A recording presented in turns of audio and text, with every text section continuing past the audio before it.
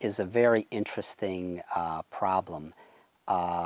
Mercury has been used for thousands of years, dating back to the Chinese cultures and Egyptian cultures, for a variety of purposes, for medical purposes and other things.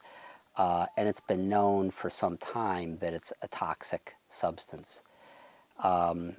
The focus of sort of environmental attention on mercury started in the 50s, largely because of industrial contamination.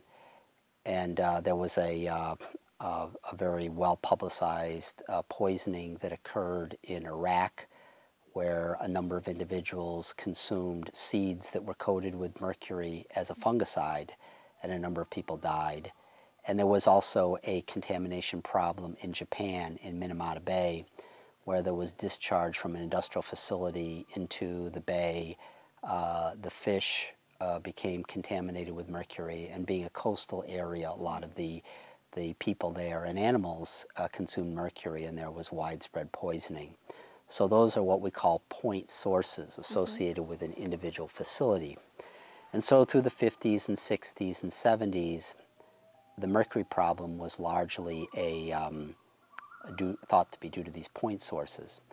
And then in the mid-80s, people started coming to remote areas like the Adirondacks and looking for mercury in fish and mercury in water, and finding contamination in remote areas in the Northeast, in New England, the Adirondacks, the upper Midwest, Michigan, Minnesota, parts of Canada, Quebec, Ontario. In these remote lake districts, people found mercury contamination.